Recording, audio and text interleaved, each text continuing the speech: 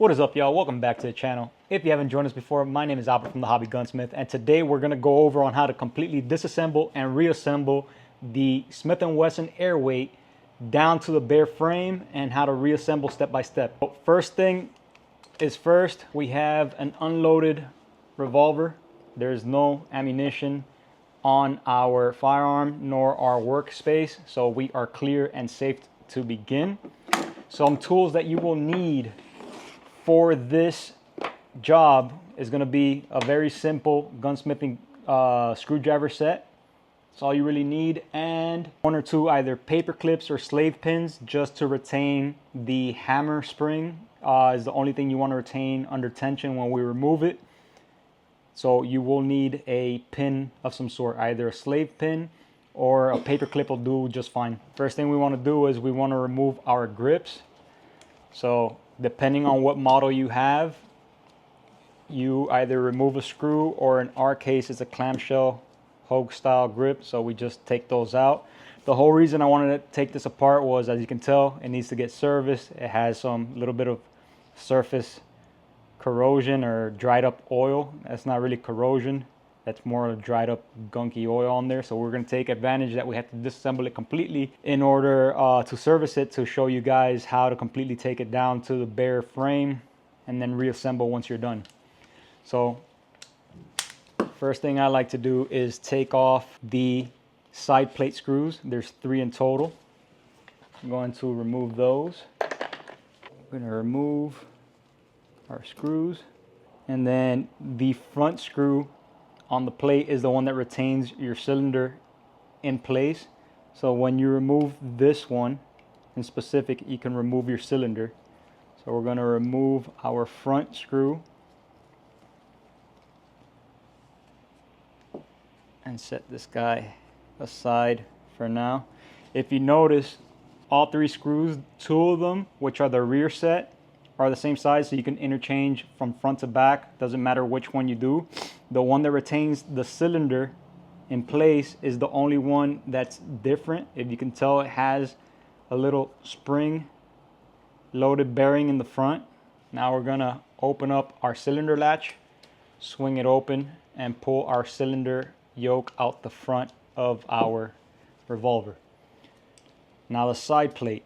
Best way to take off the side plate, never pry it, because you could bend the tabs inside the side plate. What I like to do is use the actual grip of the screwdriver and giving it a nice couple of whacks. It will loosen up itself. All right. And we put our side plate down. First thing we're going to remove, which is right here, this is our striker blocker or firing pin block. Okay, this guy just runs up and down on so this guy just rides up and down on the rebound slide when you pull the trigger. It runs up, and then as it runs up, it falls in front of our firing pin, so that way it's pretty much blocking it from going fully forward until you actually pull the trigger. All right, so we're gonna remove this guy first. Next, what we want to do is relieve the tension on our hammer. So we gotta retain our hammer spring and strut. To do so, we're going to cock our hammer back. Okay. Once we have it fully cocked back, we're gonna get our slave pin and we're going to insert it into the little hole in the bottom of that strut. We're gonna hold the hammer with our thumb, pull on the trigger slightly just to remove the tension on that, and then as you can tell, we have captured our mainspring assembly. Now we can go ahead and remove our hammer. To do so, we're gonna cock it back slightly, hold the trigger in place, and we're gonna wiggle this guy out of our revolver. Okay. Now on the hammer itself, we have our sear. We can remove that by simply compressing and bringing it upwards. Now you got to be careful because behind it, where is it? Right in that little gap, I don't know if you can see it, there's a spring in that little gap right there. So unless you absolutely need to remove your sear, to remove it, you got to compress it and pull straight out. And then mind you, there's a spring right behind it. So unless you really have to take out that sear, you could just leave it in place to clean it. It's not really a necessity to remove that, because getting it back in is a pain, and sometimes you will kink that little spring trying to reassemble. You have to rotate and wiggle it in, but yeah, the way that you would take it out is literally just compress, pull upwards, and kind of wiggle it out. And as you can see, it started off there. All you have to really do is pull it the rest of the way out. We're gonna skip that for now. All right, so next we're gonna remove our rebound slide from our frame. To do so, on this model, it has the rebound slide spring, which is a coil spring. And there's actually a tool that we use for the removal of that, which is this S-shape tool. So the whole purpose for this tool is, if you notice on the front, it has a notch cut out that goes around that pin right there. Okay, so what you do is, it'll assist you in reassembly, as it has the cutout for the pin, so that way you can be able to compress that spring and get it around that pin to completely install it when we go to reassemble. So to take it out, you're gonna get your screwdriver and just pry upwards on the frame. Remember, you have a spring there, so mind you, you want to be careful because it will shoot out. So we got that guy out, and we have our rebound slide and rebound slide spring. Okay, now we have no tension on our trigger anymore. So now we can move our trigger hand backwards, pull our trigger towards the rear, and now we can lift up on our trigger assembly to remove it from our frame. Okay, now we have our hand. Our hand has a spring right behind it, so when you remove it, put your finger in place. Yeah, the spring is right there. All right, you're gonna pull straight out, and then it's like a little spring stock that it has on this one. Sometimes they do have like a plunger and a little spring behind it, but this one is a little like a little spring stock is what it has on the inside. I don't know if you can pick that up in there. There's a little spring on the inside for our hand to have tension on it. And we have our trigger lever that goes on the back of our trigger, which this goes up against the trigger rebound slide. Kind of goes in this correlation right here. And then last thing we got to take out from our cylinder stop, which is this guy right here, which is under tension with that little spring right in that little notch. So to take that out, we're gonna move this guy down and upwards. If you notice, there's a spring right behind it, which gives it the return tension on it. Now the only thing that we have left on our frame is our cylinder latch.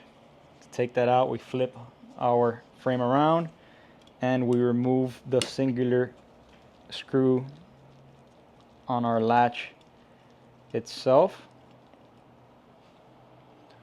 which is like a nut. We remove the latch on the frame, and then we flip it over, and this guy, if you notice back here, it has like a little spring and plunger. Bring our latch backwards and tilt it up and out of our frame. So bring it out, slide our cylinder latch assembly, which is like this in the unit, and then it has the detent and the spring within the channel inside of the latch. We got our frame taken down completely. Only thing that's left is this little safety lock lever system that it has in there, which Smith & Wesson uses like a little key if you want to lock it.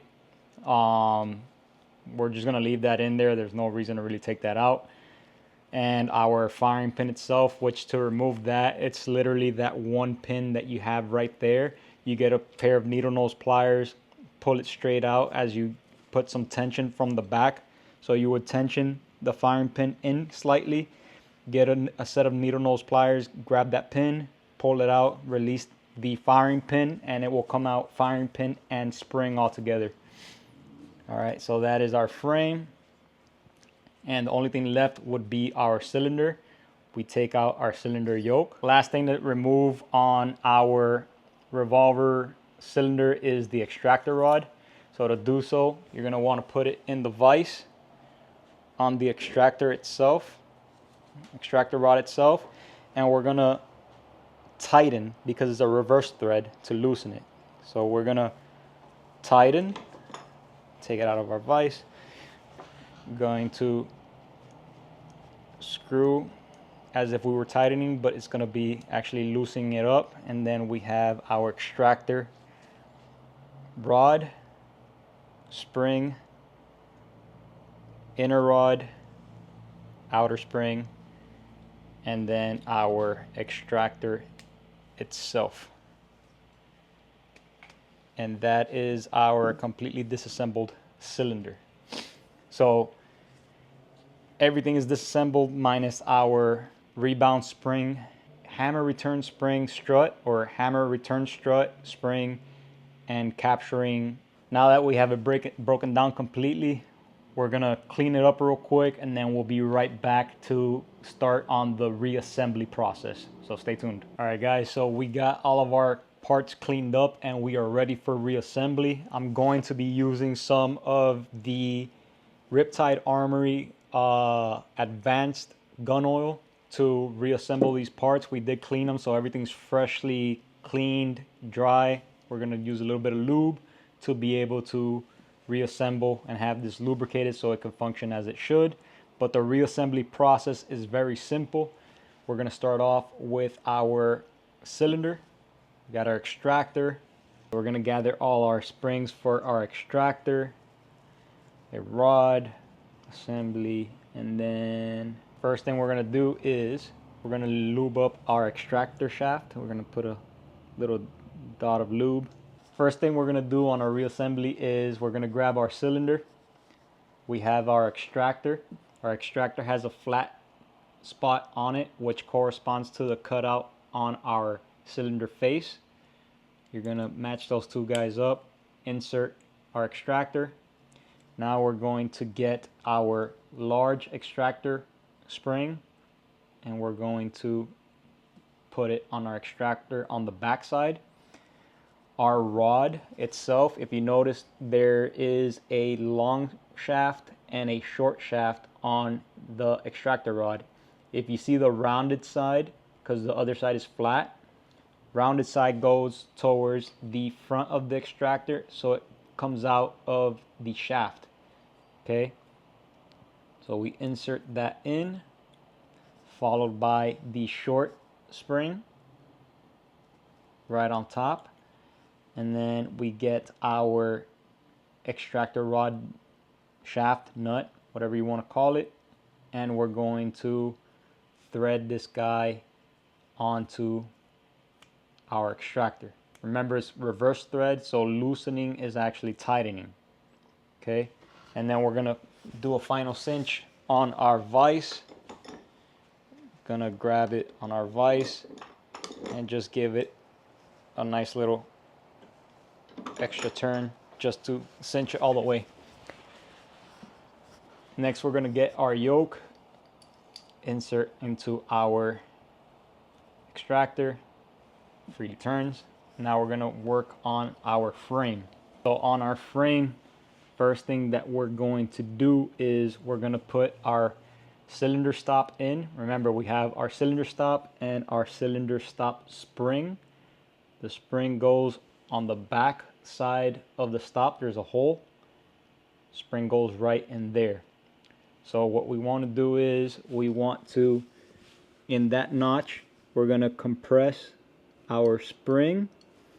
We're going to line up our hole in the frame, present both, and then our spring we have to compress in to that channel right there, and then just push it straight down so our bolt stop goes through its window. So once our bolt stop is in its window, we can verify that the spring tension is correct by pushing up and down on it, and we see that it returns. Okay, next we're going to get our trigger and our cylinder hand, and there is a cutout right here in the back where we're going to start our hand in there. But as you can see, there's no tension on it because we have to override that little spring that's in there in the back of the trigger over the little arm of the hand. There's a long shaft and a short shaft. That short shaft is the one that holds that spring in place and gives that spring tension. So to do that, we want to push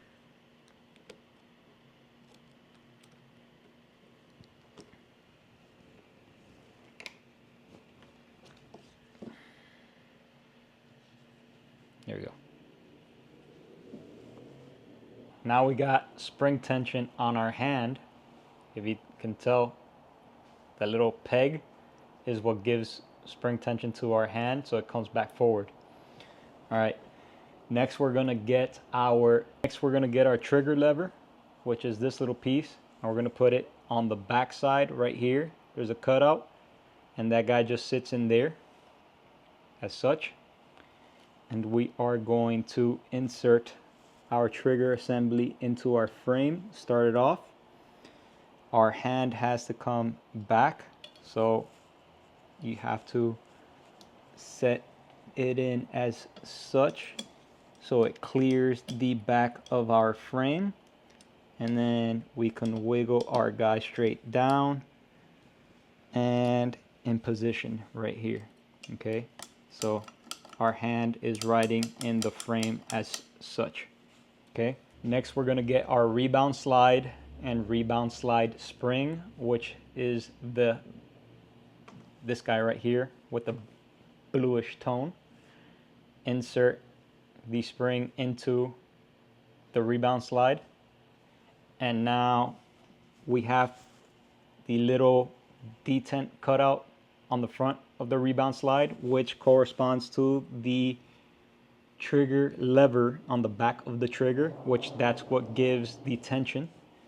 We're going to line those two up, start those two as such, and then this is where this tool comes into play. So this will actually help us compress that spring in over the peg and put it in place.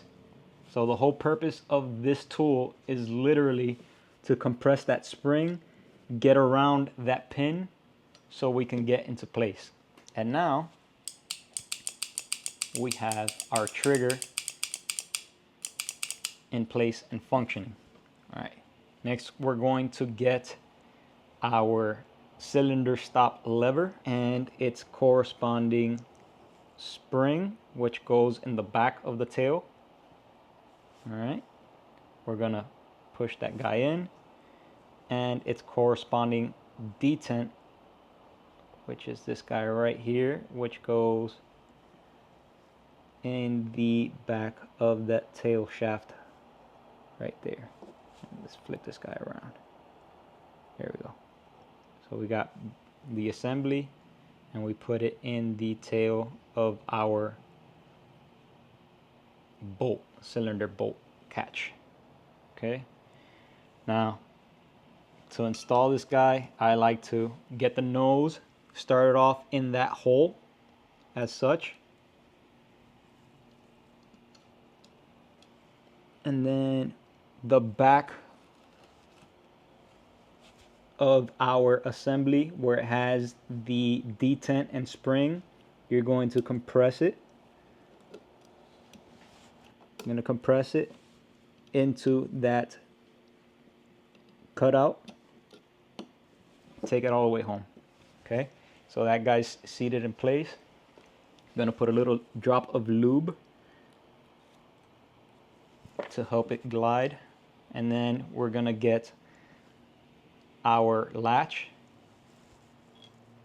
put it in place, and our nut, and screw that guy back in place. And now we have our cylinder latch installed again. Okay. Next we have our hammer. And our hammer, the best way to do so is pull the trigger back slightly to release tension, because you want the sear to go between the hammer's nose right here. If you catch it right here, the trigger nose in correspondence to the hammer, it has to go in between. Okay, so I'm gonna put a drop of oil on our pivot, and we want to drop to where it works in between. You see how it gets in between? So you have your hammer nose or your trigger nose between your sear and your hammer, and that falls right into place right there. Okay, next we're gonna get our hammer strut and spring assembly, and we're going to, in the back of the hammer there's a cutout. We're going to put it right in that cutout and put our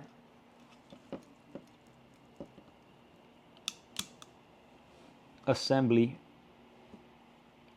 in the position right there. So next thing we want to guide is our actual hammer strut into that cutout. As you can tell right here, there's a cutout with a round shape on the back of the hammer. That's where the strut is gonna sit once we bring that hammer back. So we're bringing it back to full cock position, and now we can take out our slave pin and release the tension, so when we bring our hammer back forward, it has full tension on it. So we're going to hold our hammer, pull the trigger, release the tension, and now we have our unit back together. Okay. Next, we have our hammer block. The hammer block is very simple. It goes on that peg on the rebound slide. It has a little peg right there. The hammer block literally just sits in between the hammer itself. The tail goes between the hammer and the firing pin, and on that peg for the rebound slide right here. Okay, so we got that guy in place. Just gonna put a dot of lube on our contact points to ensure we have a smooth functioning system. Okay, again, I'm using the Riptide Advanced oil. If you guys want to check out their full product line, we did a video on our YouTube channel. Check out the playlist and you will find our review on their products. Up to now, I am very happy with their products. It is a veteran-owned company, so definitely check them out. All right, last thing we got is our side plate. Side plate goes in as such. We start it in the front. Notice that there is a little peg right here or a little protrusion right here. I don't know if you catch that. You're gonna insert that into its corner and rotate our side plate. Make sure when you put on your side plate that your hammer block is in its most upward position, so it clears the cutout on the back side of that plate. Just gonna put a little drop of lubricant on the edge. Okay. And then there's a tab on the upper side of the side plate. Make sure you insert that part first and then rotate everything in place around it, and then we just push that guy down. All right, so now that we got our side plate in, we're gonna get our cylinder, insert the yoke of the cylinder into our frame. Let's do this way so you guys can see. Insert the yoke, our crane in, and we rotate close. Now we can flip over and get our cylinder retaining screw, which is the one with the little detent. We'll put that guy in first and snug it up using our screwdriver, followed by our two other screws. Again, these two are the same, so it doesn't matter which one you use for each hole. They are identical for the rear. And we just screw that guy all the way home. And all we got left is to put on our grips back on our firearm. In our case, it's a clamshell style, so we gotta get both sides in and align it with the rear peg. We got our grip back on. Okay, so we got our grip back on. We are fully assembled and everything is working as it should on our revolver. Guys, if you found this video useful, give it a thumbs up. If you haven't done so already, hit the subscribe button and the little bell notification so YouTube lets you know when we release new content on our channel. As always, thank you guys for watching. I'll leave links down below for all the tools and equipment that we use in these videos. As always, thank you guys for watching, and we'll see you on the next one. Peace.